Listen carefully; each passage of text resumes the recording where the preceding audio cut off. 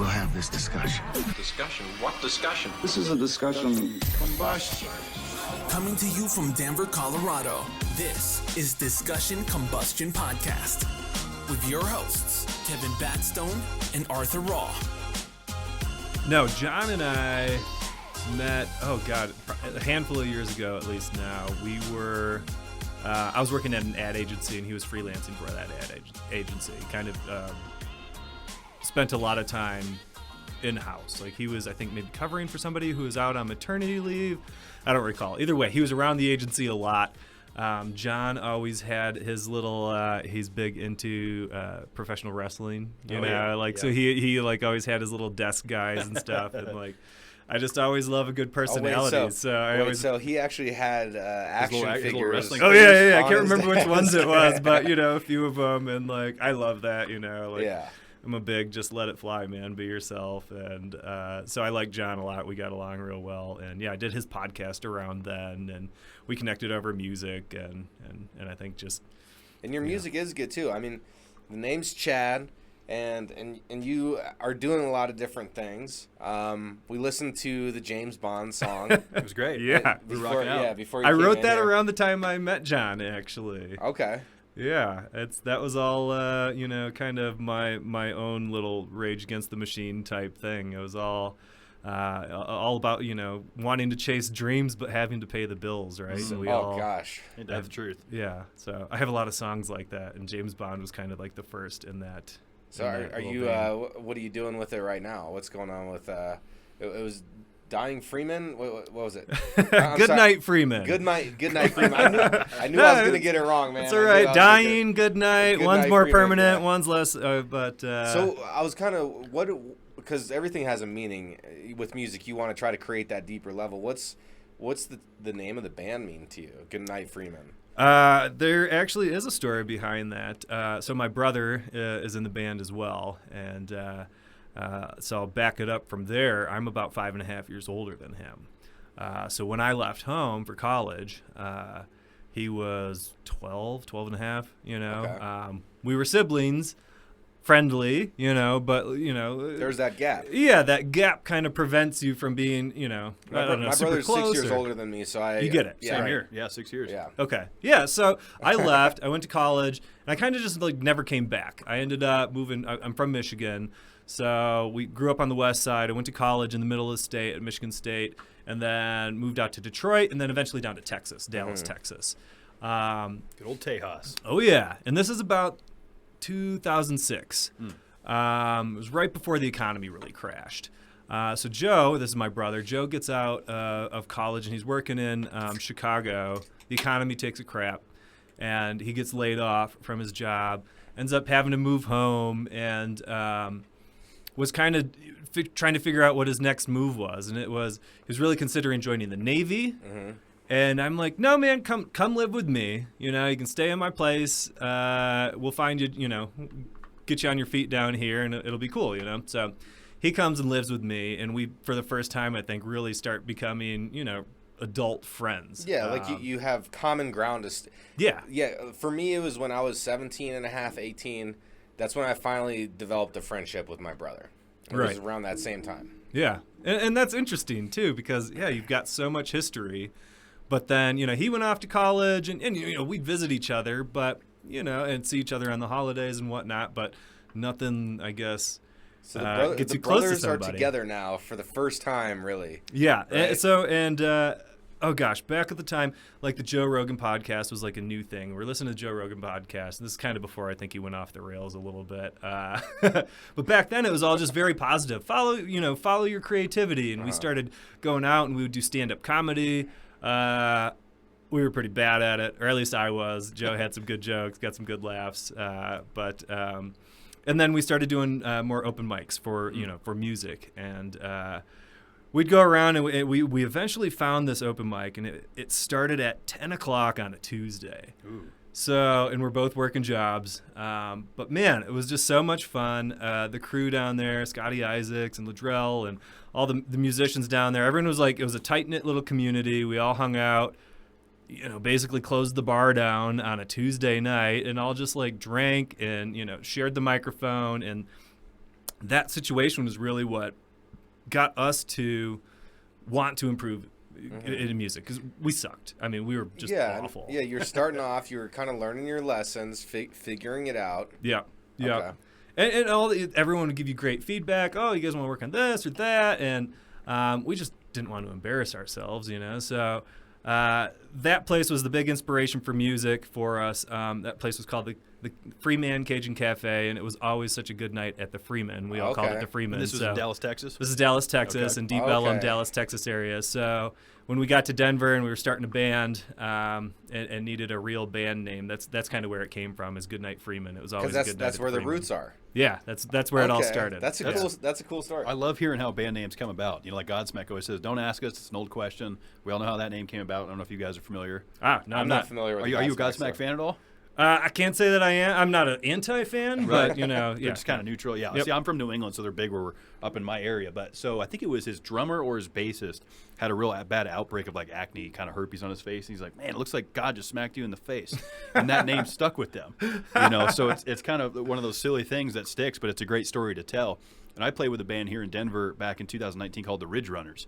Okay. And it was a country kind of cowpunk, Farmageddon, if you will. We really came up with our own kind of genres. It was like country meets punk meets rock. I love that. And we had a lot of fun with it, but we came up with the name based on the apartment complex we all met at, Quincy Ridge. So we became the Ridge Runners. So it's kind of cool to tell those origin stories. That's fun. Yeah, it is. And it's hard. It's hard to come up with a band Yeah, name. it is, because it's I all mean, been you Google done. it, and somebody came up with this one Yeah, it's already. all been Somebody's done. using this. Yeah. And everyone's going to be associating you with that name forever. And it's not like after you build this, all of this stuff that ties to that name, like you're going to change it all of a sudden. Like you're stuck with it. Yeah. Once you commit. Yeah, the band names are fun. I used to do some rapping, and my rap alias is Article. And I guess the story. Is it spelled straight like article? Just Article. Okay, yeah. all right. And I really just think it's because it's art, and like Article. I don't know. And my brother came up with it, and at that time, I was a younger kid, and he was way older than me, so I was like, oh yeah, that's super dope. So it's always fun to create, and creating for the sake of enjoyment, right? So you picked up the guitar. Was that something that you always had done too, or do you play the guitar normally now, or how? Yeah, I do now. Music started for me in middle school band. I played trumpet. Oh, me too. And, yeah. All right, right on. Yep.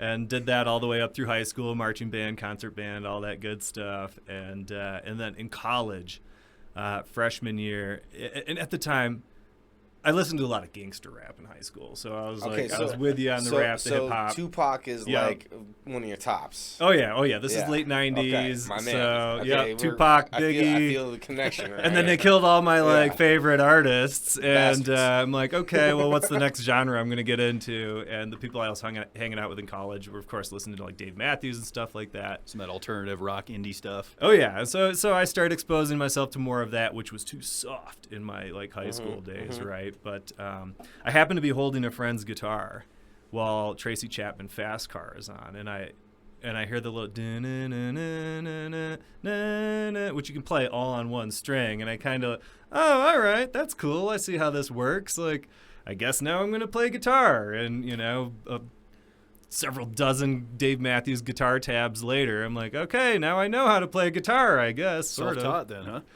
Yeah.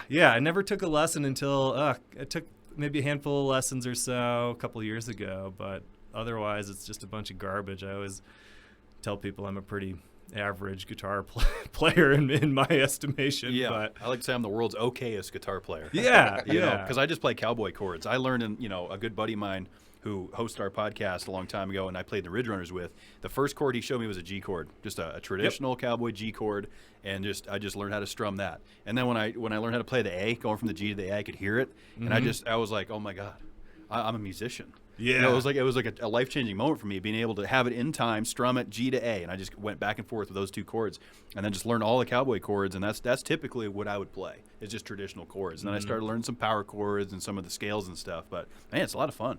Yeah, and you feel, you're right. You're like, you feel really cool all of a sudden. Like, oh, I figured that out. I still remember the moment that I figured out how to like sing and play at the same time. God, that was challenging too. Yeah, like Brown Eyed Girl, I think it was. Ooh, like, Van Morrison. Oh yeah, I just figured it out. Like, oh wow, like I just had a breakthrough where I'm like, well, playing. Do you play guitar or no? Okay. I'm a digital musician. Trumpet. Okay, yeah. all right.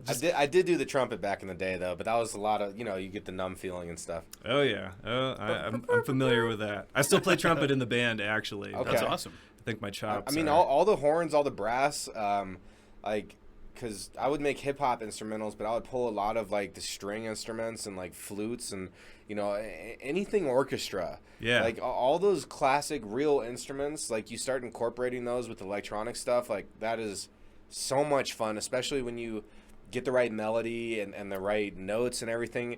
So for me, I had to learn how to do the notes is on a keyboard.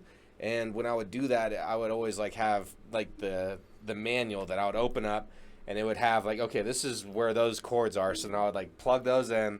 So I'm not a pianist, I'm not a keyboardist or anything, but like I could do it through like through the MIDI and It was stuff. like digital tablature almost. Oh, it's so cool. I'm getting into that now. I learned Logic and whatnot, and I know just enough piano to fool somebody who doesn't know how to play piano into thinking I might know how to play piano, but I'll play some garbage, and then like you're saying, I just look at it on the screen, I'm like, I'm going to move this note there, and it's so just cool with a how mouse, you could like do it's that. amazing. It is. You can elongate the notes too and make it so they're like a little bit.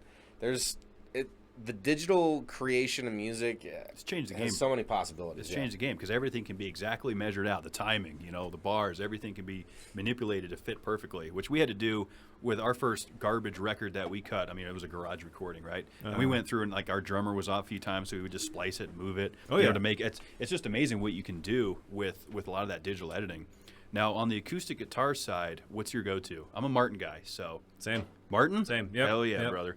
Yeah, That was I bought that right about the time Joe and I started playing music too, because I was playing on this old warped guitar, and that really kind of like brought it back for me. I spent some money on a good Martin guitar, and I'm like, oh my god, like I was kind of like how much better was it? with How much better was it? monumental. I don't 10 times. I don't know, like something astronomical. I was playing on an old. Was it Oscar Schmidt by Washburn? Mm-hmm. Maybe cost me a couple $100. I bought it for my 19th birthday, and it was becoming warped. And I remember I sold it to this guy who was like, "Yeah, I've got a gig tonight. I need a guitar. My guitar broke or something." And like he showed me how to adjust the truss rod, which was why it was so warped. Mm-hmm. And I sold it. This was right before I was moving to Denver. I'm like, well, I'm not going to take my old first guitar. It's a piece of shit. But he fixed it and like played a gig with it that night. I'm like, oh man, I wish I would have learned how to fix it. But it's nice to have it around though, in like the guitar graveyard, so to speak. I love keeping all those ones. Yeah. That have stories. There's a hole in it below the pick guard. It tells a story, and sometimes it's fun to break them out. But dude, Martin.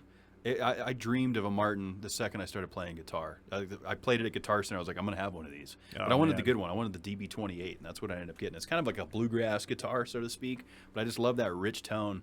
My first one was like a cheap, Taiwan piece of shit Fender. I think it was a 135 electric acoustic. You could like smell the chemicals on it. Like it was just not a legit guitar. Yeah. And then when I got that Martin, I was like, I'm a fucking musician now, even if I just strum my G and A chord. Just the sound of it is epic. Well, and it like reinvigorates it for you too, right?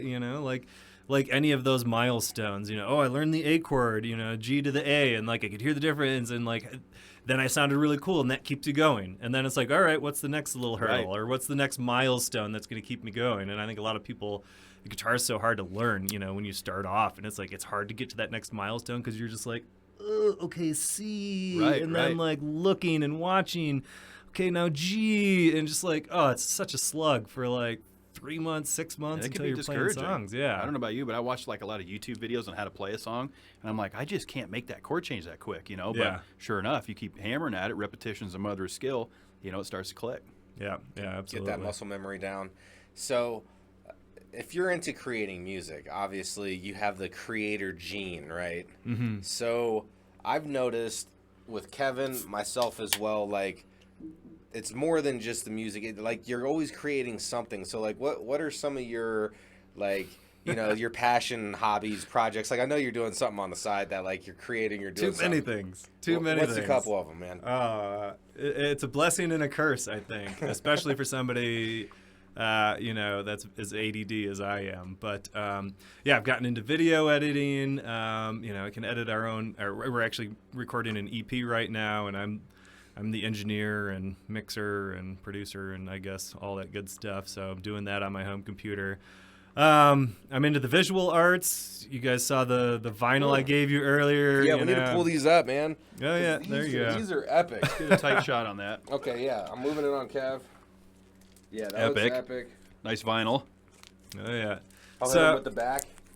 And so you created this. You created this artwork on this, and the vinyl, man. Like, what a class act! You're coming in here.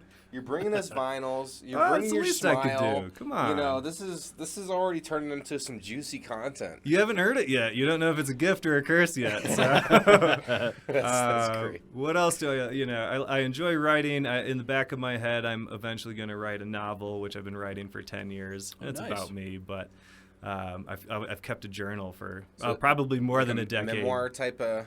A little bit, yeah, but. It's a little bit more like observational. I write a lot, and I guess like third person. Like you did this or that or the other. So it's not going to be that much work to, I guess, change it into something later on. As far as creating, I've invented a product in the music space, which is patent pending and soon to be full pending. And you're gonna go on Shark Tank and push it. Yeah, that's always everyone's first question. I'm not quite sure. Maybe. Yeah. It'd be a great marketing channel. Right now, I'm just working through production. I just sent my first payment, wired it out to China. It's gonna be made in China, unfortunately. Keeps costs lower. Immensely lower, like 10 times lower. It's makes sense. So yeah, that's been fun. That's it's called the Mic Trainer. It fits onto microphones, probably not these ones, but more performance type microphones. Like the SM57s or 58s. Yep, fits right on the industry standard. I brought it along if you want to see it, but I do want to see it. Yeah, I mean, if we could pull it out without your you have it with you? Oh yeah, product pending thing getting ruined. Let's see it. Oh no, not at all. I got patent pending means you're first in line. They barely look at your application. If somebody else tries to submit a patent for this, they go that. This guy is first in line. Yeah, so this is the industry standard, the Shure Sm58. It was made in like the 60s.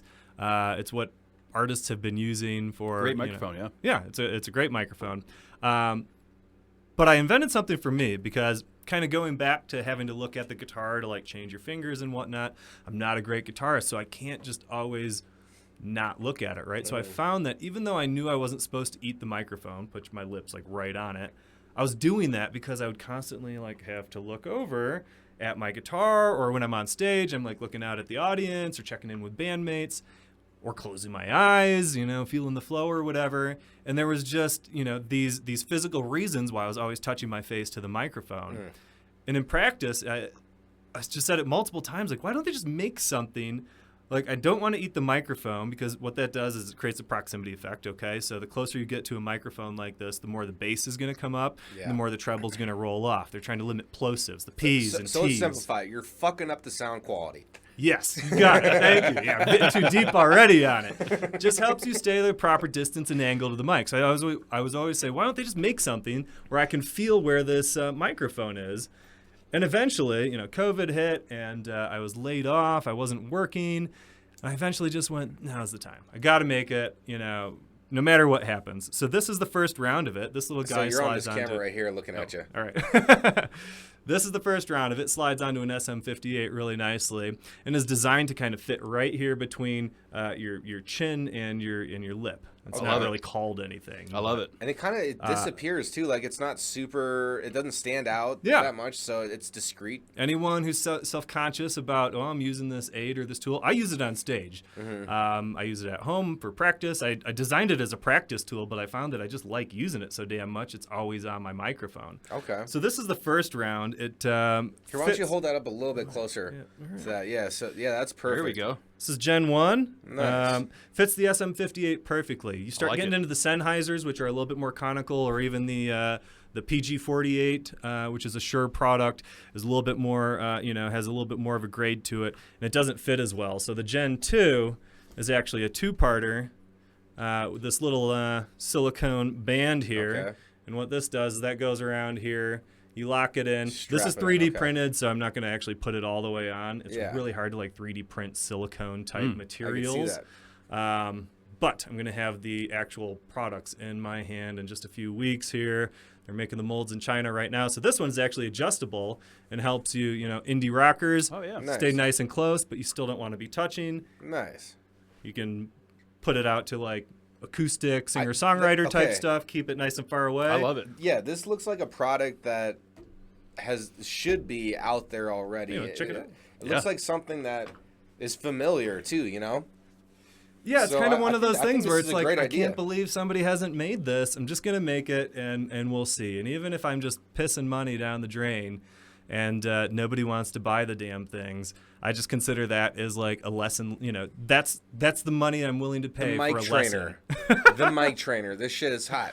I'm about it. No, I like because I can relate. Because I did the same thing when I was lead vocalist for the Ridge Runners. Is I was always sucking the mic. I felt Yeah. like I was getting right up on that thing, and beer and spit and everything else was getting on there. I was so damn close to it. Oh, so yeah. something like this would have come in real handy because the sound guy was like, "Kev, you're fucking everything up right now." So Yeah. this would be a product I would buy for sure. Hygiene wise, yeah. you're touching a microphone that how many dozens of Yeah. dirty musicians Right. have touched before you. Also, anybody, we're all familiar, right? We're wearing masks these days. Mm-hmm. What does everybody do when somebody says what? Pulls their mask down.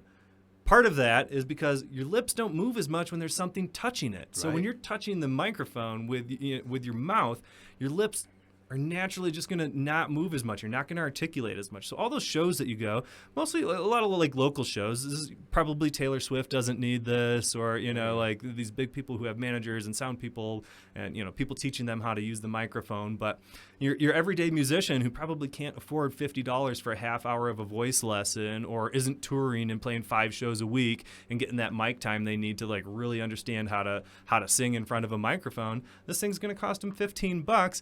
Get that perfect distance and angle, and like you said, that sound guy is going to love you because the inverse square law says that every time you double the distance between the source of sound and the microphone, you lose 6 decibels, which is a lot. That's So if huge. I get way up on the microphone or way back, that's going to be make a huge difference. Well, imagine moving around, dancing a Yeah. little bit. Your sound gonna guy, happen, yeah. especially locally, so- they're so- not on you every second. I mean, that's a good price point too, man. Under $20, only $15 to create a product that will help even the experts, Yeah. because they get all back and forth. Like, this is something that could definitely help improve live performance and even recording performance and studio performance.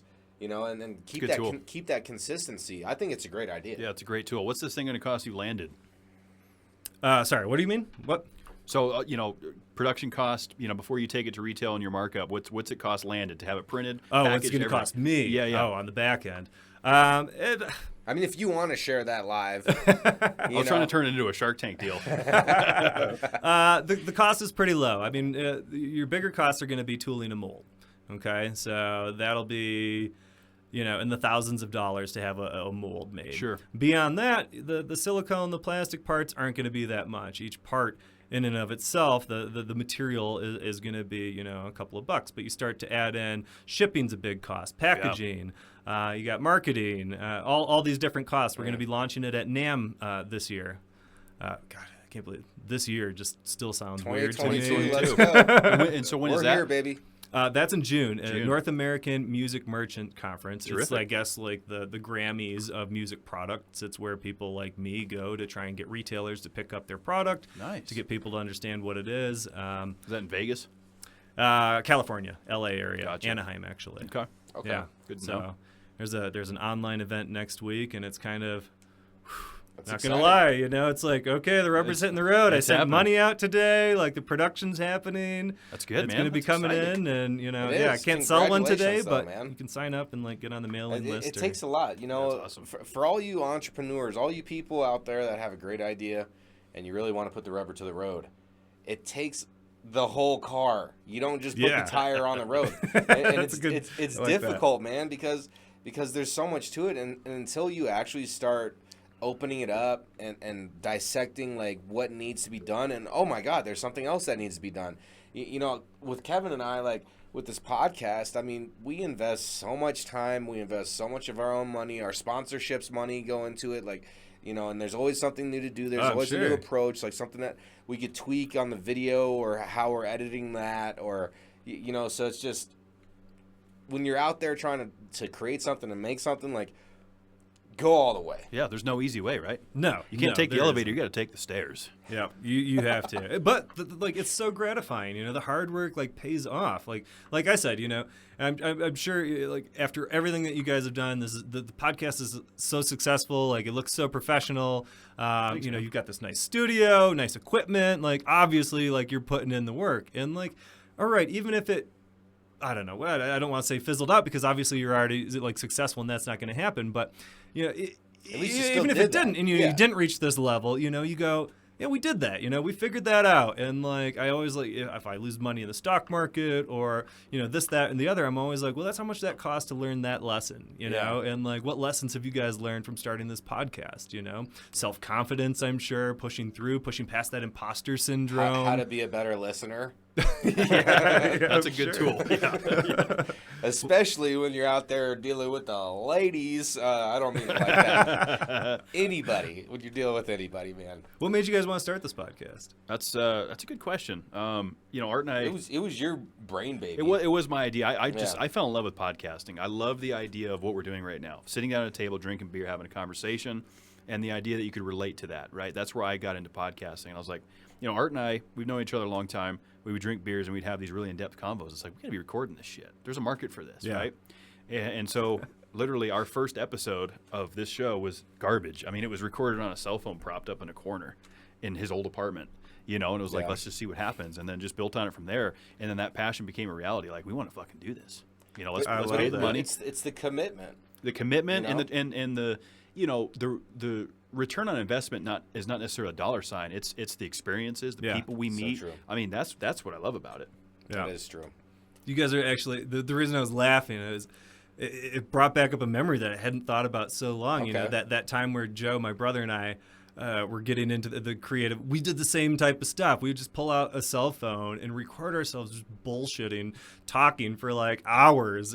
Thank God we never posted it anywhere. You'd be surprised. Somebody somewhere wants to hear it. You know? I'm gonna want to hear it. Once we get off, I'm gonna text him and see if we can't find some of those recordings. You guys should get a little podcast going, maybe. You know? Who knows? Maybe. I mean, you know how to do the video editing. You've obviously done audio stuff before.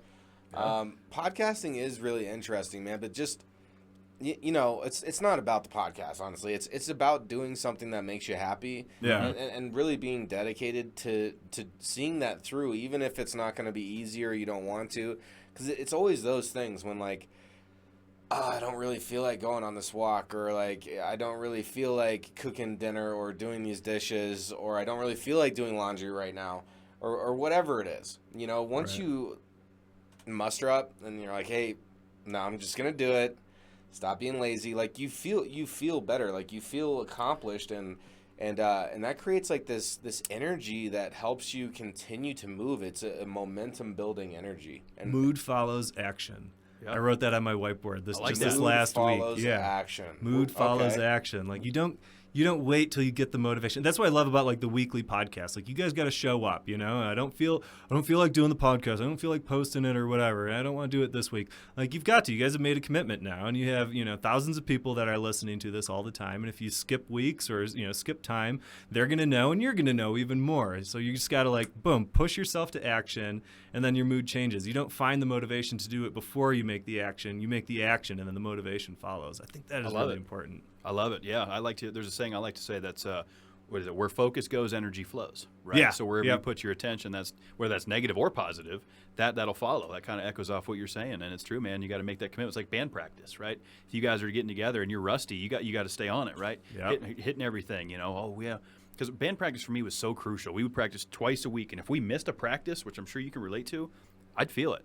Oh yeah. You know, I'd feel whether the bass player missed something or my drummer, or we'd be out of sync. It takes that consistency over and over again. And bringing it back to John X, one of the first, things he told us, and one of many lessons he taught us. So I was like, one of the first lessons he gave us was don't get into this business expecting to make money. Oh yeah, right? That was crucial. Huge. And that was when we were 18 episodes into our show. He was at like 200 and something. We're like, oh, we got to, this guy knows what he's talking about, right? Which he does. We love John.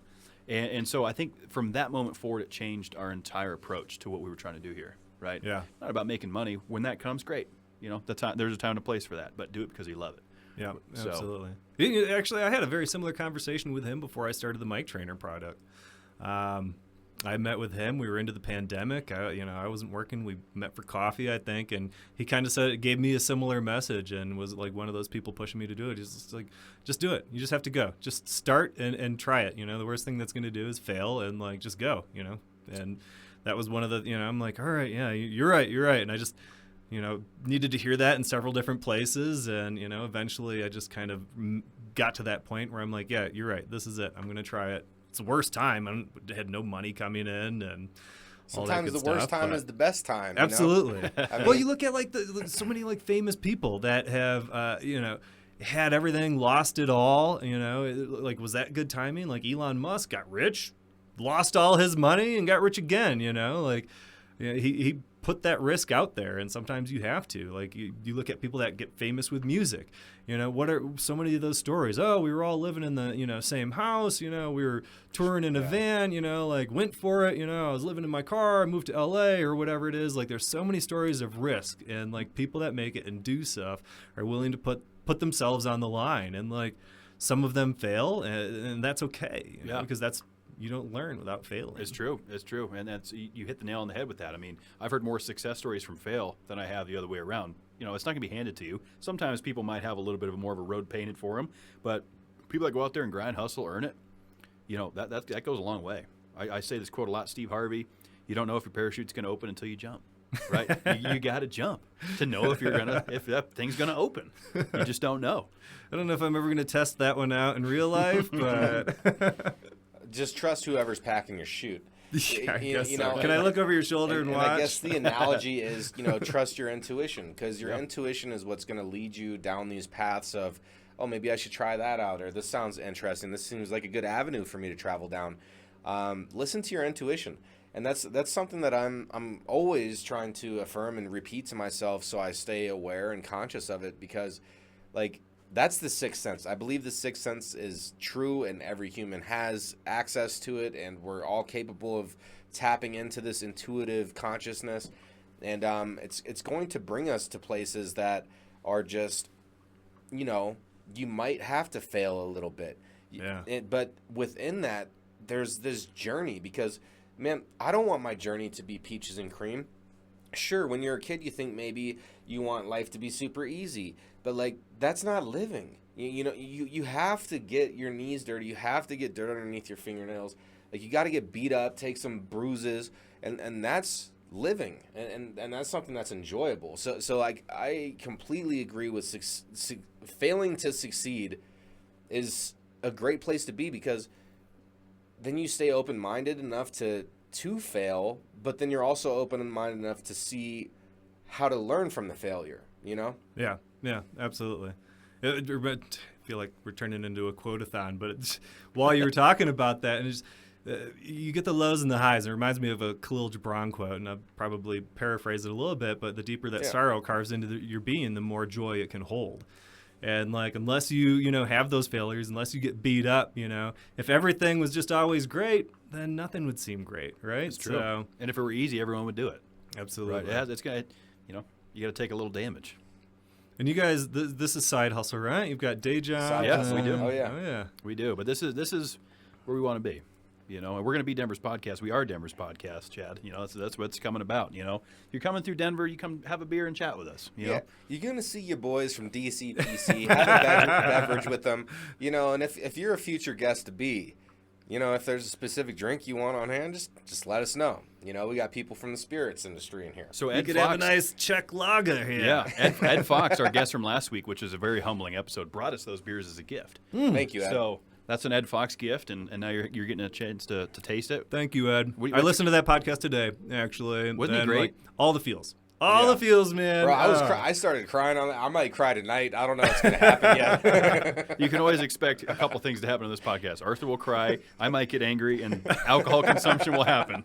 No, I loved it. It hit me. You know, I think a lot of people are in the same spot, you know, over this pandemic and, you know, the isolation. I'm a single guy.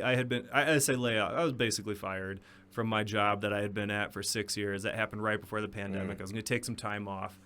Like, I'm going to take Christmas off, the holidays, hang out. I'll get a job next year.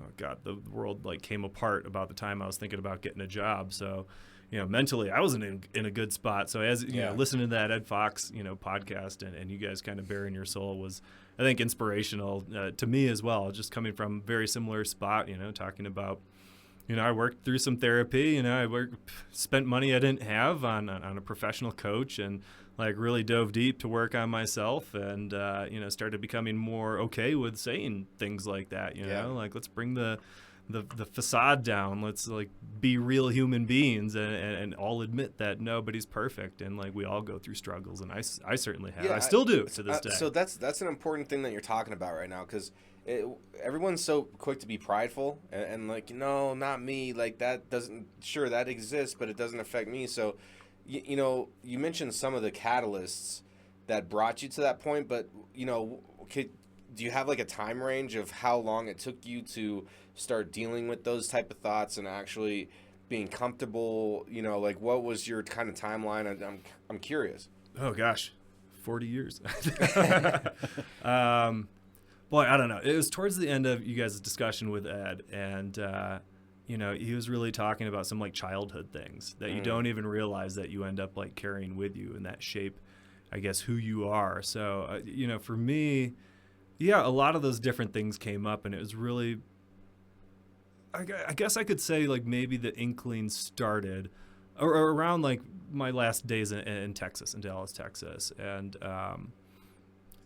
just getting more in touch with my creative side, I think, was even just a start of, like, oh, who am I? I feel like I spent so much of, like, my youth, my early 20s, like, who was I? I was like, let's go have a drink. And I was like the crazy guy and, like, let's have a great time and get smashed. And, like, but probably that was all maybe an inch deep, and I didn't really show people what was going on behind. And what was going on behind is, or even yourself, really. Yeah, even myself. Yeah, you know, like, I would write poetry and stuff, but, like, I don't think anybody would ever hear it, or I didn't share it with anybody. So I think maybe that was the start of my journey, but really just the last few years of just diving in and going, okay, like, where does this personality come? A lot of self-loathing, self-doubt, as I'm sure everybody can identify with. I mean, I'm certainly my own worst critic and just hated myself for years and years and years, and trying to push past that and go, okay, well, we're all a product of our environment. Like, a big proponent of, like, I think we're all just like this mix of, you know, chemistry and outside, you know, influences and, you know, all this big formula of everything that happens in your life is exactly how you got here, you know? It's true. So, like, starting to dissect some of that for me was, like, really important. And, you know, growing up, I came from a divorced household.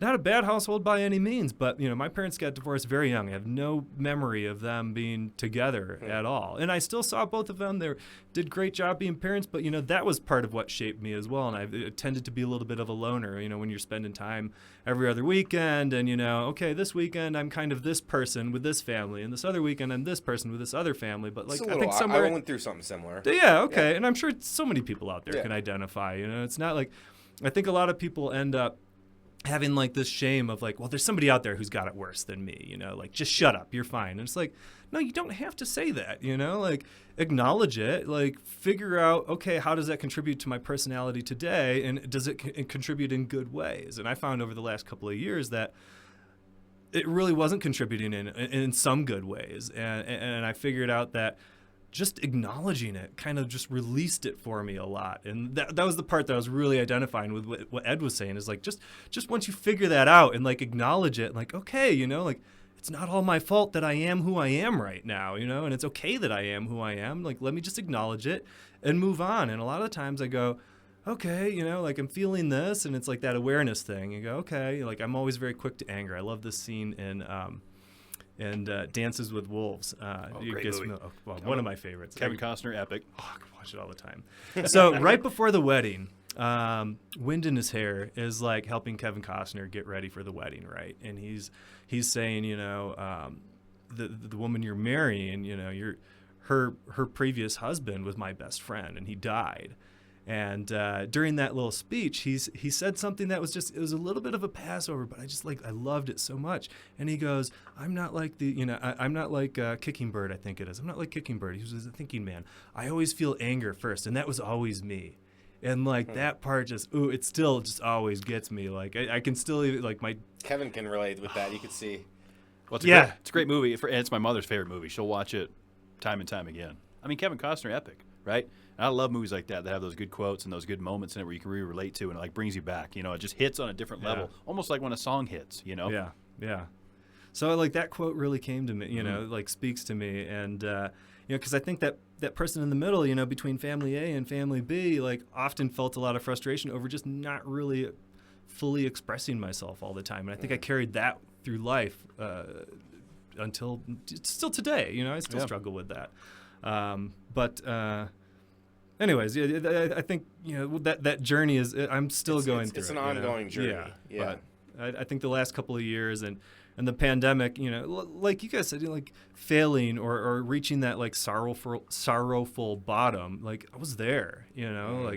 God, what an awful time to be single. In a small 600-700 square foot condo, downtown, all alone, getting these, Zoom happy hours at the beginning of it. Man, I was just really depressed. And I figured out I need to start working on this and start getting some of these things to the surface. So there was definitely some silver linings that came from the pandemic for sure. I mean, everyone was cooped up, right? So we lost that social interaction. Zoom overtook everything, and it really tested, I think, everybody's ability to deal with boredom and that absence of social interaction, right? Yeah. But it's a blessing and a curse at the same time, because then you have the social media warriors and all the bullshit that comes with that, and the comparisons and the impact that has on people's mental health is monumental. And I think we really saw that during COVID, because no one had anything else to do, right? So everyone was just on social media yelling at each other. For the most part, I saw so much of that, and I was just like, we're better than this. Come on, guys. Or even the Zoom happy hours. Somebody made I can't remember where I heard it. It was such an interesting point.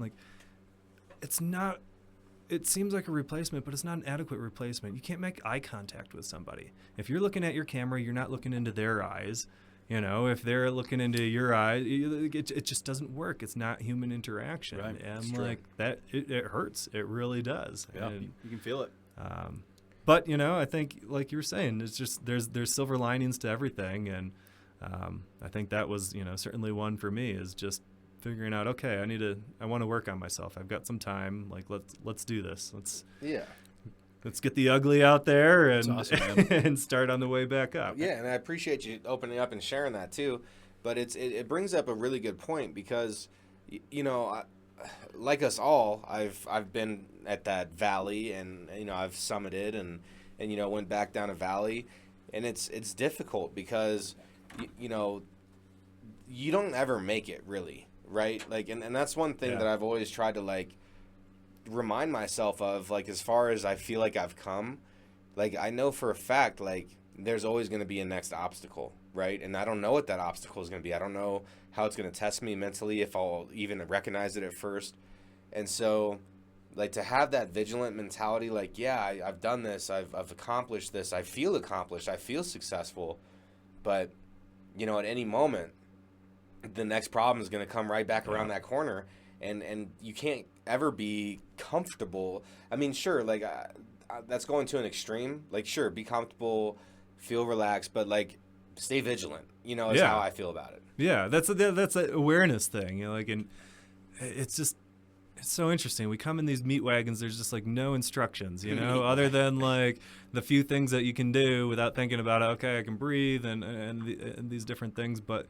You're just figuring it out, and just for me, that was a big part. Like you're saying, is just being aware of what you're feeling. Yeah. I never had that, and now I'm okay, I'm feeling frustration. Why am I feeling frustration? Does it make it go away? Not necessarily, but I can go, okay, this is where it's coming from, and here's how I deal with it now. And Man, yeah, I really enjoyed catching up on you guys' podcast, and like really appreciated how open you guys have been with, you know, I think the anger management and, you know, come on in. Sorry, brother. Or the substance abuse issues, you know, that you've you know, been so candid with. I mean, I just think like that's a good way to keep the awareness of yourself going, is to like let other people in on that, right? Well, like yeah, it helps keep you accountable, just like showing up every week for this podcast, right? Like you have to acknowledge it first. Like no problem is ever going to get better when you're putting it at the back of your closet.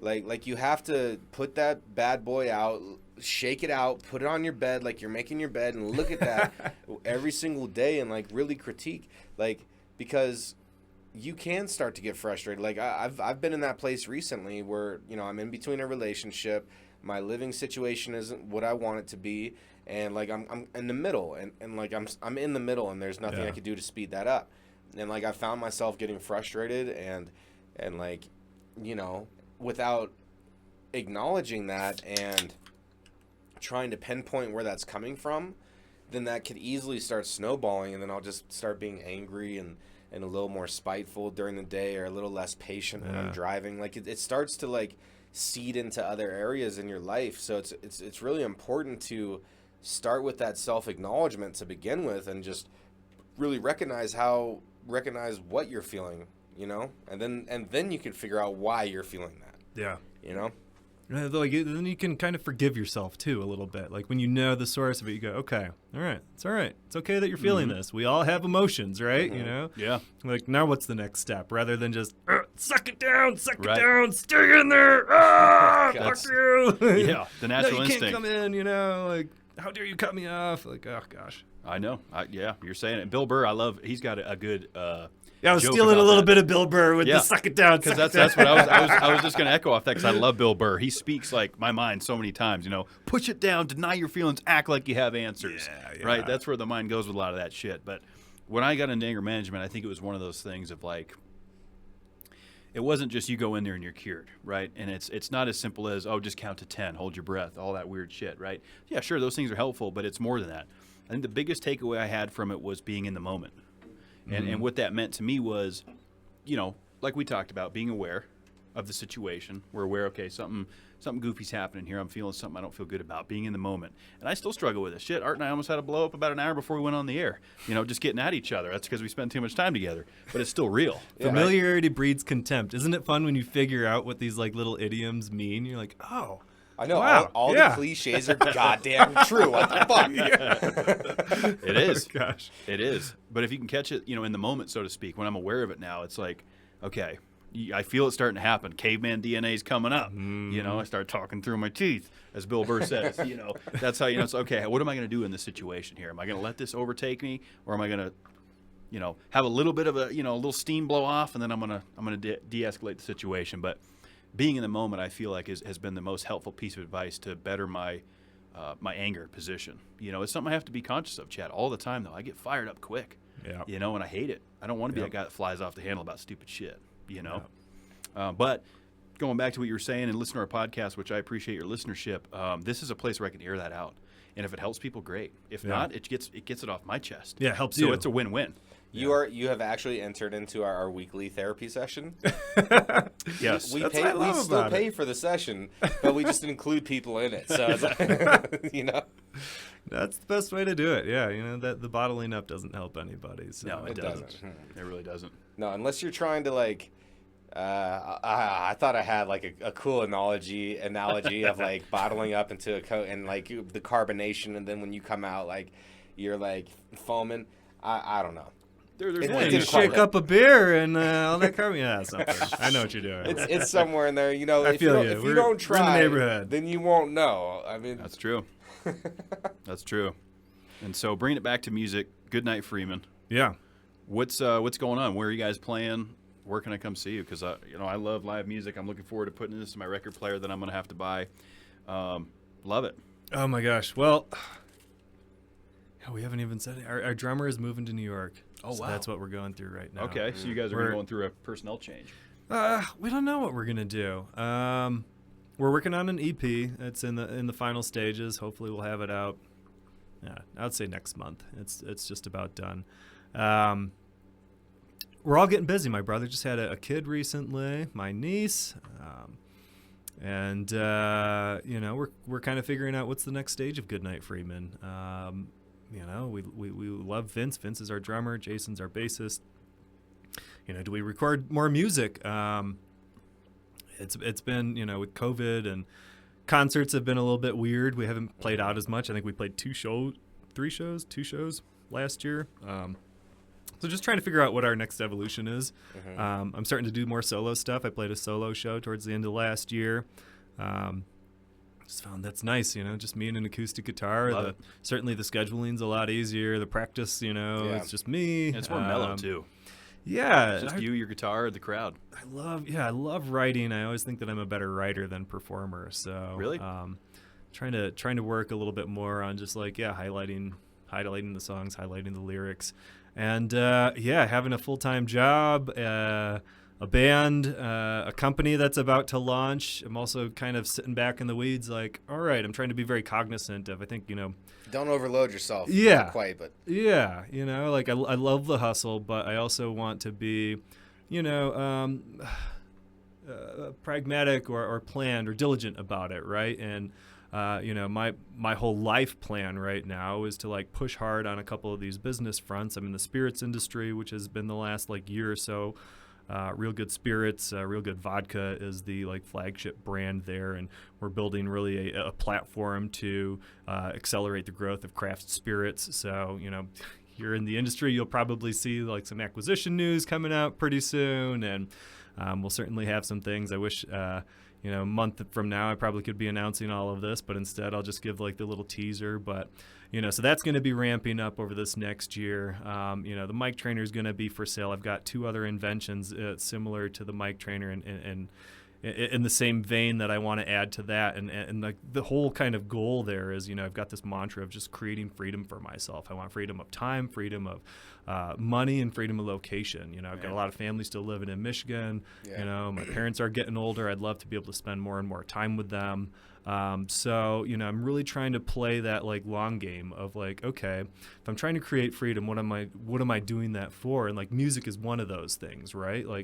If all of these things go right, hopefully in the next 5 years or so, I can take my foot off the gas a little bit and go, okay, maybe that next, phase is really focusing on music. I've always been very interested in, the sync licensing portion of music. I don't think I'm ready or will ever be ready to hop in a van and go all in and do what you need to do to become a discovered artist. Mm-hmm. Nor do I probably think I'm, good enough to become that famous person. But, if I can kind of try and plan out my life in a way that I go, okay, this portion of my life is going to feed into the next portion of my life.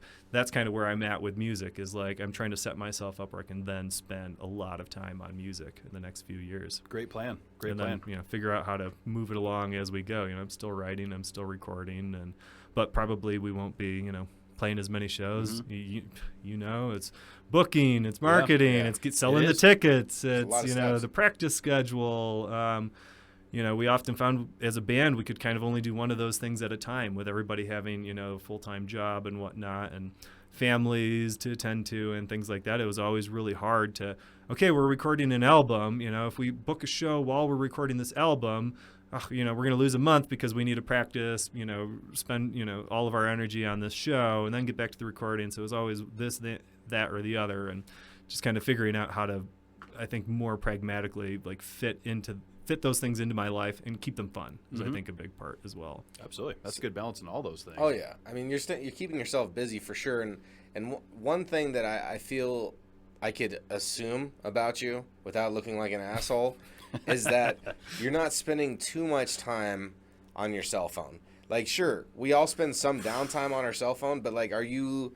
Because if you're busy all the time and you're doing all these different things, you're staying productive, you're thinking long game, how can I make this easier for myself in the future? You're beginning with the end in mind. You got to be putting the phone down a considerable amount and doing stuff. I wish it was more that we talked a little bit about addiction earlier, right? And I certainly have that addictive personality. Screens are a big one. Cell phone, TV. You're speaking to the world on that. I know it, and it's a constant battle. It's definitely something that's in my head, and what I try and do is I like set up parameters and different physical things, kind of like Atomic Habits. Have you guys read that book? I listened to it. I can't say I read it, but good listen. Yeah, it was really, really good. I've been using Libby. You can download audiobooks for free. It just taps into the library. You check out a book. Nice. Gotta get the terminology down. But yeah, so I'm trying to like really set up like physical barriers to myself. My phone basically shuts off at 10 p.m. Okay. It goes on to do not disturb. Love it. I use all the the little Parental stuff. Yeah, the parental stuff or whatever. Like I only allow a certain amount of time on certain apps before it shuts down, and I have to ignore this or not. Gosh, I shouldn't say it's embarrassing. Part of working with a professional and a life coach is I put into place like I have this like weird spreadsheet that I keep every day. It's my daily habits spreadsheet. And at this point, it's like 20 or 30 items at this point that I track on a daily basis. Everything from, did I get a good night's sleep? Did I, not watch or look at any screens after 10 p.m.? Did I eat healthy? Did I do a physical activity? Did I work on my side business? Did I work on my normal business? Did I drink? Did I smoke pot? Did I talk to another human being, like a live human being, either on the phone or, in person? Did I get out of the house? Like some of these are like pandemic things, but I kind of found the more I can kind of put up the guardrails, on this life, and the more I can kind of contain this anxiety and or like the boomerang depression effect of like, man, I really had a bad day and I don't know how. Now I can look to my sheet and I go, I know I had a bad day. I got like about 6 hours of sleep. I didn't do any physical activity, so when I'm starting to feel, things coming off the rails or that anxiety of like, I got too much going on, I can kind of go back to my sheet and go, all right, how can I get myself back on this right track? So, That's man, awesome. yeah, certainly. Like, I think that's awesome. That's terrific.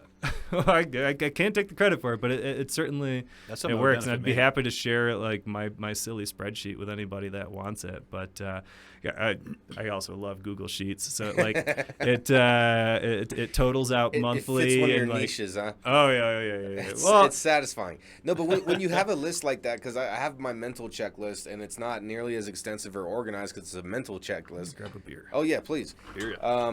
But yeah, it's just one of those things. Like every single time you check off one little thing, you check off. You do something. Like it helps your momentum for that day. It helps your momentum for tomorrow. Small victories. Yeah. That's what it's about. Some of them are just like, did you clean up any messes today? Like. Yeah. And sometimes I love that. That's when I'm like, when I'm in that, I don't know what to do next. Sometimes I take like one of the really easy ones, which is like clean up messes. I go over, I do the dishes. Yeah. Okay, boom. I could get to put a little check mark in that box. And then, that's a little bit of good momentum, right? Like every day starts with me actually checking this sheet, because getting a good night's sleep, you can't fill that out before you get it, right? So I wake up in the morning, I open my spreadsheet. And one of the items on my spreadsheet is also, did I check my spreadsheet? So I start every morning off with like one small victory. I put a little 1 in there and I go, I checked my spreadsheet. Okay, great. What other ones can I put out there? Okay, I got a good night's sleep last night. I fill that in for the day previous. All right, boom. I got 2 check marks and I'm like 10 minutes into my day now. That feels good. Strong start. Yeah. Success energy is what you're creating with that. Absolutely. Yeah, just kind of getting those good momentum habits going. And that's been a really good tool for me. And like it's just grown and grown. Well, look at you. You're smiling talking about it. Like you're over here cheesing while you're talking about it. It's a great thing, man. I love that. Yeah, that's terrific. I'd like to incorporate that too into my life a little bit, because, for me, I have a lot of, like Art said, the mental checklist. Yeah. So good night's sleep, that's definitely one of them. When I wake up feeling good and not hungover, because as we know, I drink too much. Yeah. So a lot of times I'm hungover. So if I get a good night's sleep, excellent. What am I going to do now? Not DoorDash. I'm going to make breakfast. Yeah. I'm going to get up. I'm going to crack 2 eggs. I'm going to throw some bacon. I'm an oven bacon guy. I'm not frying anymore. I throw it in the oven on some foiled pan. That's a good way. Boom. Crispy bacon, eggs. I made breakfast. Excellent. Fresh cup of coffee. Here we go. Maybe bust out 20 push-ups, start the day. Okay, now I'm getting a little bit, optimistic. Yeah. It just depends on the day. But I always, if I can enter my workday like that, starting out already checking those boxes, I feel tremendous. And that energy carries out through the whole day. Yep. And you can just feel it. You arrive, you're like, I'm ready to go, rested, I feel good, I'm checking these boxes. Yeah, and it doesn't have to be big, like you said, 20 push-ups, right? Like, it's great, you know? Like, it's not, I need a 60-minute workout. I need to wake up at 5 a.m. or whatever and get to the gym before, you know, these things that are so hard to, like, tackle. For me, it's, did I do a physical activity? Mm-hmm. And that can be, like, that could be one push-up. But it never is, right? Like, you know, I'll do, you know, one set of, I love pull-ups, chin-ups, but I do all of my stuff at home. And it always turns into, like, sometimes, yes, like, I'll do, like, one set of push-ups, and it's like, okay, I got to check the box that day. But more often than not, it's like, okay, now I did 3 sets of push-ups, I did the pull-ups, and I did, like, the squats and, you know, whatever. And, you know, I never, you know, while I will let myself get away with just the bare minimum, it more often than not, like, turns into something more. Yeah, I would agree. Like you said, just getting the ball rolling. I mean, once you start to feel that success energy, whether it's, and we talked about this with Kylie Burse when she was here, and she actually implemented, she wrote a blog about her experience here, and she said, when I got home that night after being on here, we implement the 5-second rule. I don't know if you've heard us talk about that. I read the blog, actually. Oh, you did? Okay, terrific. Yeah. And she's like, I did the dishes. And just do it, because, you know, it changes the energy a little bit of your day. Just committing to, like, okay, I'm just going to do it. And what helped me and kept me doing it was I would time myself. Okay, I'm going to give myself 10 minutes. I'm setting the timer, 10 minutes, how much can I get done? Let's start cleaning the kitchen. Let's start a load of laundry. Let's do some vacuuming. Guess what? There's still a minute and a half on the clock. What else can I get done? Yeah. Right? So I would give myself that window, and the next thing you know, I'm down in the garage. I'm sweeping the garage. You know, I'm picking up the mess. It's you know, it's a good way to keep the ball rolling. Oh, I love that. I'm gonna take that one. Set a timer. It fits too much with one of my favorite quotes, which is by Duke Ellington. He says, "I don't need more time. What I need is a deadline." So yeah, set that timer for 10 minutes and go like mad. Yeah. Did you tell him about the 5 seconds? So he was already aware of it because we repeat that one all the time. It's a good one, but what I echoed on, because I don't know if you've heard me say this, but it's effective, is I set a 10-minute timer. Okay. How much can I get done?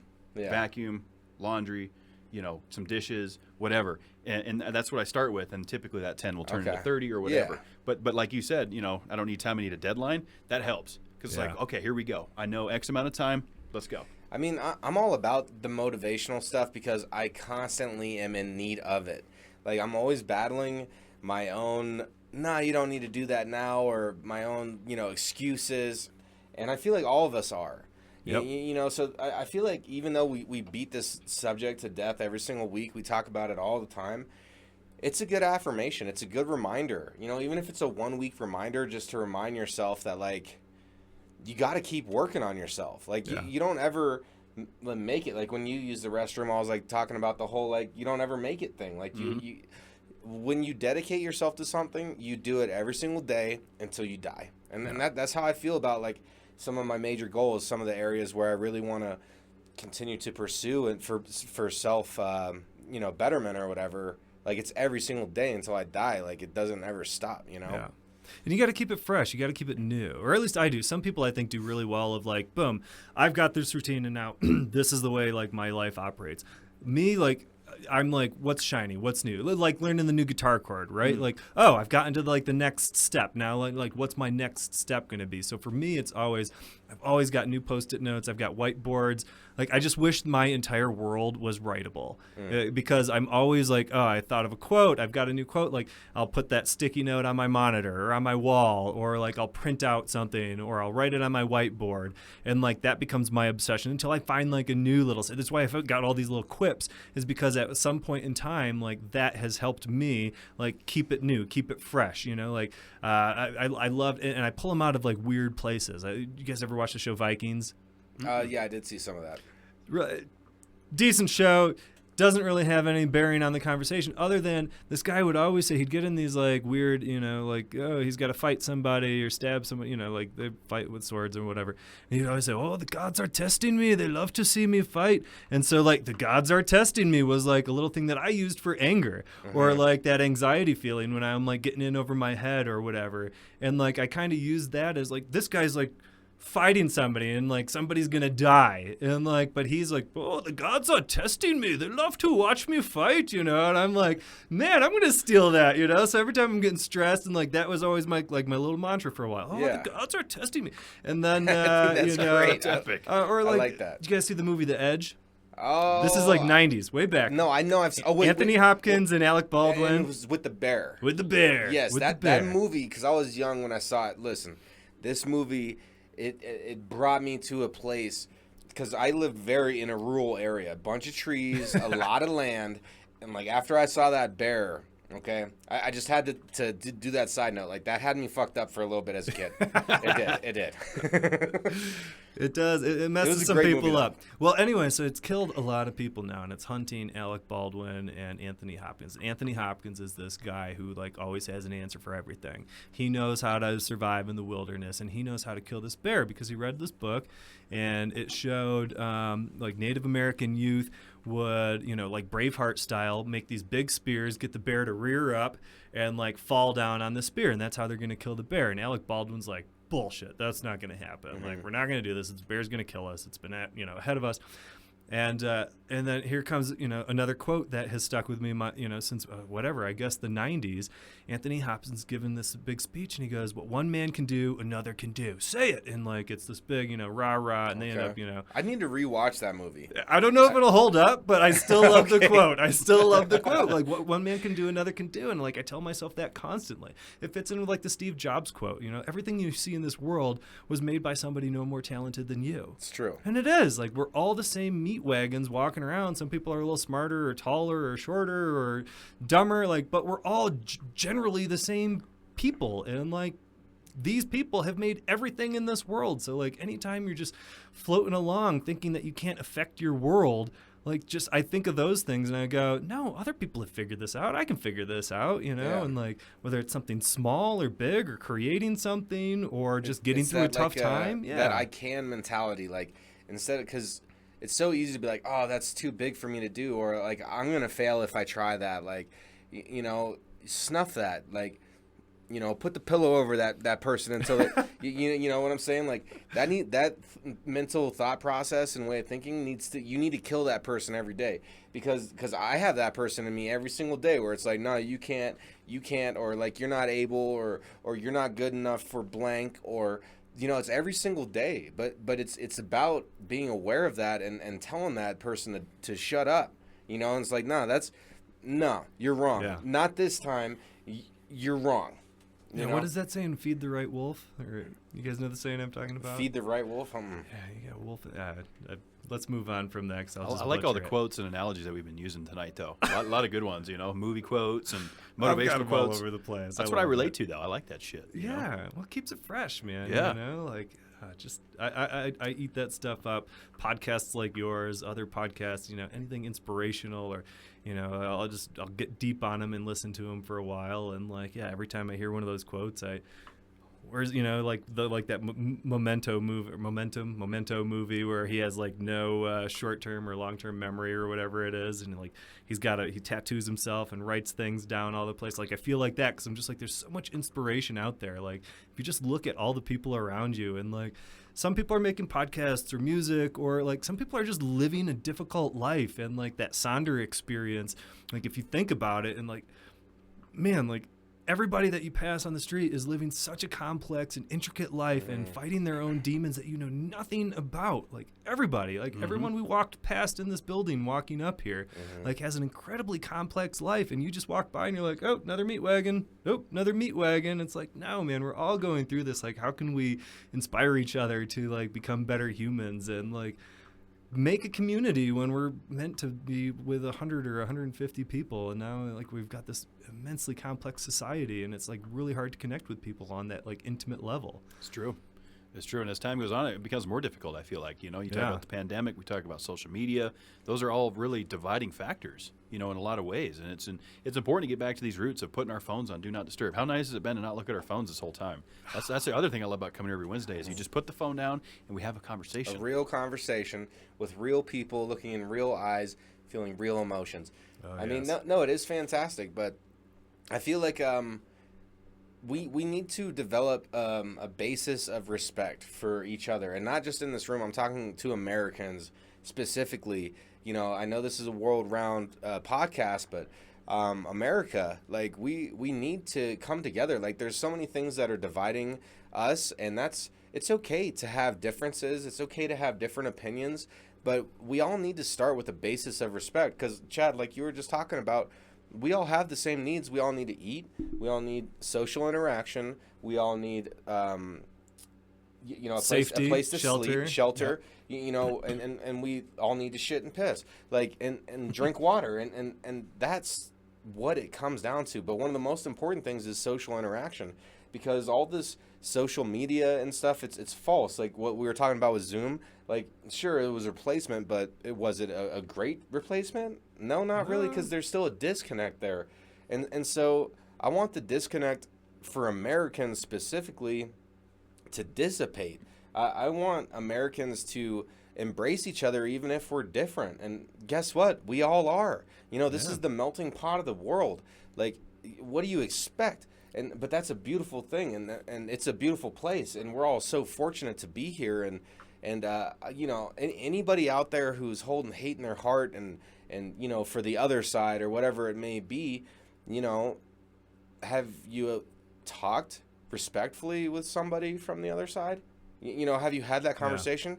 Because I've had conversations with people respectfully that I didn't agree with their opinions, but we talked about it in a respectful way, and I learned something. I came out of that conversation having a different viewpoint, and I feel like that's really important for us all to do, because we all have these unique experiences in life, and it's all so fucking crazy. But like, if we could all come together a little bit and just show a little bit more respect, even if we completely disagree, like what you're talking about and what you think about, I would never be on that same page. But you know what? I'm going to still respect you as a human. Yeah, you know, like that. I feel like that's really important, especially for Americans, with how divided things have been and how the media is trying to extra divide us. And it's ridiculous right now. I feel like that's important. Algorithmically divided, right? I mean, that's what all these platforms are built around, is like the polar opposite of opinions are what drive the most clicks, right? Every headline you see is like missing some information, or it's so outrageous that you're like, oh my God, I have to see like who's saying this, right? And like what you see is like the biggest ends of the argument, whereas 99% of the people, or maybe that's a little bit high of a percentage, like the majority of the people are somewhere in the middle on these polar opposites. And like, we're all sitting in a room here, and like, I'm sure we've got differing opinions. If we ticked down, you know, a list of hot button topics, I'm sure we could find one that we disagree on, but I'll bet we'd still walk out of this room as friends. But if it's just 160 characters or whatever it is in an argument, and like one-sided, and there's a computer deciding which ones rise to the top, of course it's going to seem more divided. I feel like we're still somewhat of the same, you know, we're a similar society, but we've got this like shell, this digital shell that makes it seem so much worse than it is. But the fact of the matter is, like, it's the most peaceful time to be alive. You know, up until 100 years ago, children were a commodity that you had to send to work or to work on your farms. And now, like, we nurture children and try and turn them into better human beings. You know, we've tried to make our workplaces better, and I think we're going through another evolution of that right now, right? Like 100 years ago, it was 8, 8, and 8. Give us 8 hours to work, 8 hours to do whatever we want, and 8 hours to sleep. You know, like that's a human right, and like we're circling around back to that. But things are always improving, and I think it's so easy when you see these polarizing headlines to go, oh my God, this is the worst time to be alive, and like, oh, don't bring children into this world, and like I hear that so often. I'm going, no, like. You look at wars, or like the amount of people dying from like major powers being at war, or you know, yes, we're in a worldwide pandemic, but like medicine is like stepped up, and like, no, this isn't a vaccine that they like developed in a year. Like this started in 2008, whenever the first SARS came around. You know, it wasn't a big pandemic, but they started the vaccines then. You know, and if you go and like talk about all these things, you go, oh man, if you really dive deep on all of these different issues that a lot of people seem to think are the worst it's ever been, it's like, no, they're actually it's the best it's ever been. You're brainwashed if you think it's the worst it's ever been, right? Yeah, it's so... You're so right, and I've heard that, like, that we're in this, like, golden peace age right now. Like, I've heard that before, that this is one of the best times to be alive as a human. Like, I've heard that many times. I mean, can you imagine living in a time where they say that medieval kings live at a level like that's worse than like the lowest of our society at this point, right? I mean, they were still like pooping in a pot in the middle of the night, keeping it under the bed.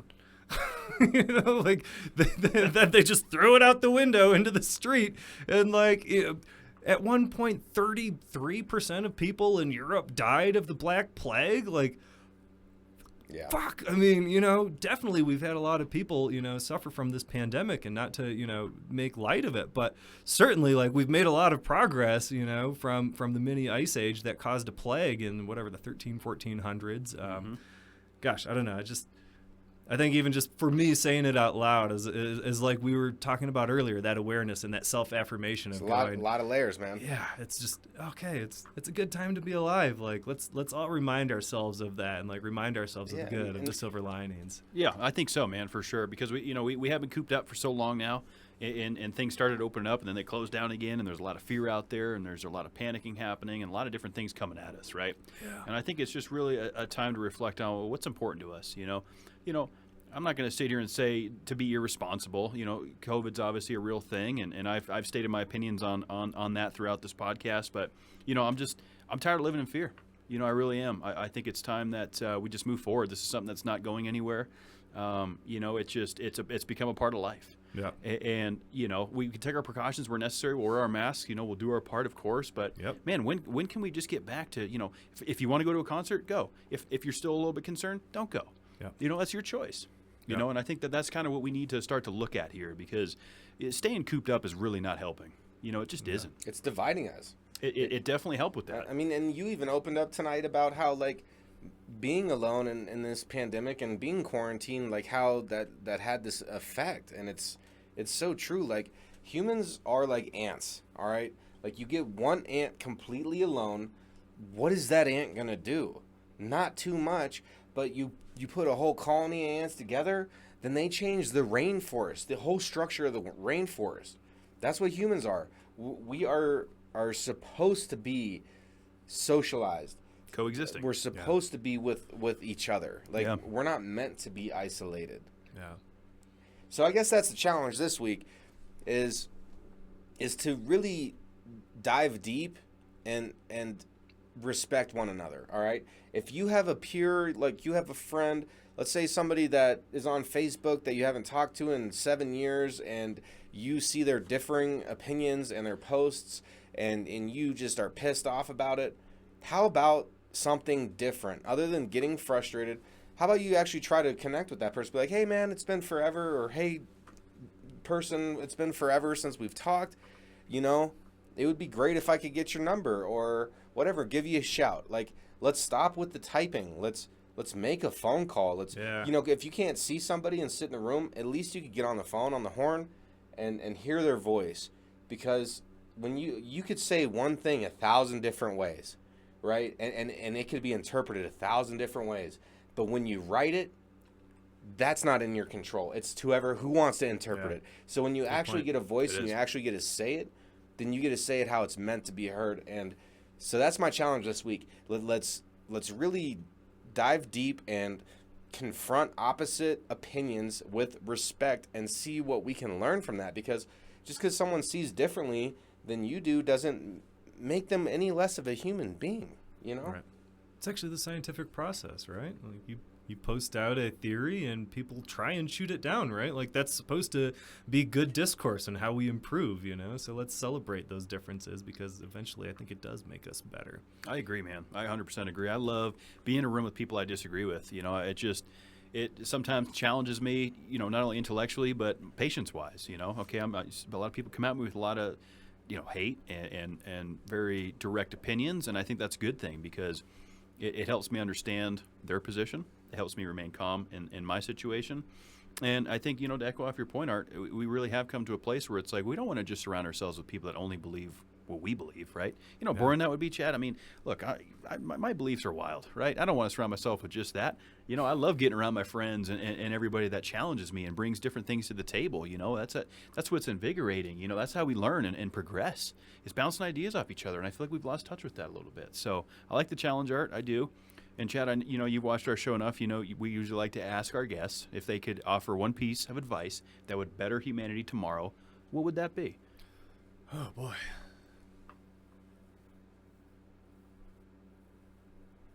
You know, I feel like I've laid a lot of those out there on the night, so I'm going to circle back to something that I already said, and it's just, it comes back to that what one man can do, and I think we can modernize that to what one person can do, another can do, and just have confidence in yourself, and that you have all the tools needed to accomplish whatever it is that you can dream up. And if you ever have something in your head that's why isn't something like this, make it like that, because you can. Like, we are one of the only species that can manipulate our environment to change our world to be better for how we're living. And I think if more of us kind of embraced that mantra, whether it be something physical or making something, or breaking down the walls and talking to somebody, picking up that phone, like, you can make the world a better place. Like, that power is within you because other people have done it. And I think if that's what I could impart to people, is just do whatever you can do to make the world a better place, whether it be for yourself, for others, or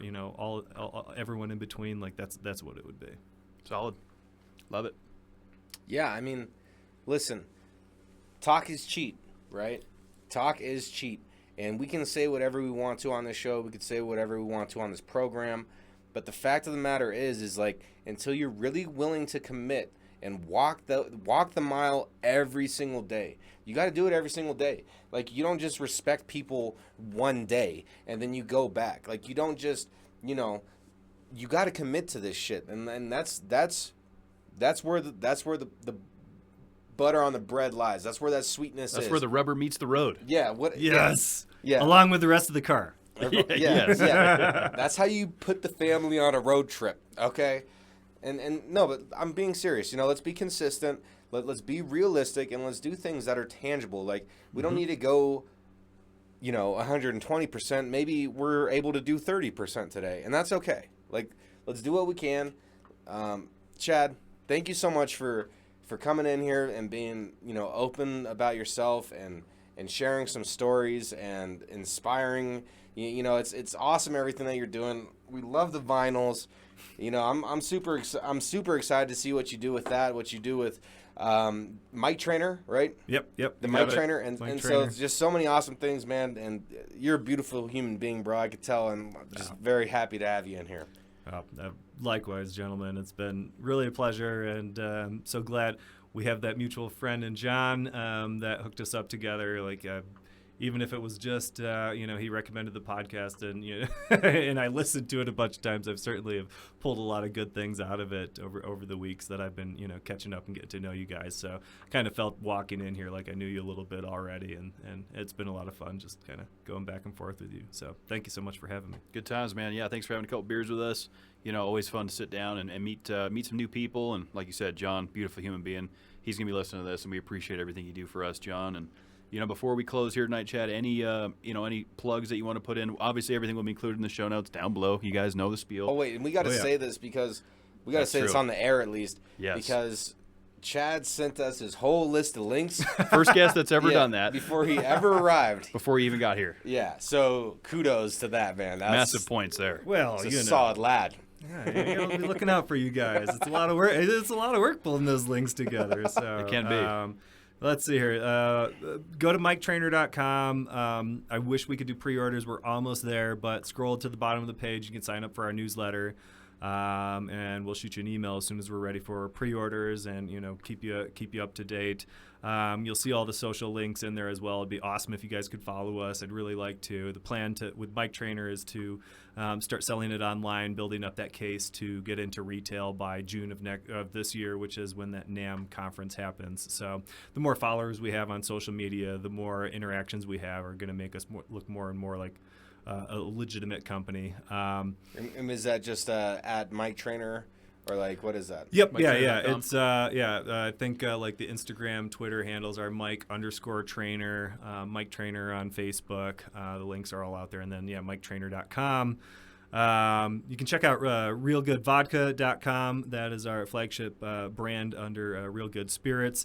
And follow the social medias there as well, and you'll see other updates of different product launches coming soon. On the music front, check out Goodnight Freeman. You'll see all the social handles there. You can check out our website for links to our latest album that you saw, or links to our previous albums. And then I released solo music under Cedars Beck.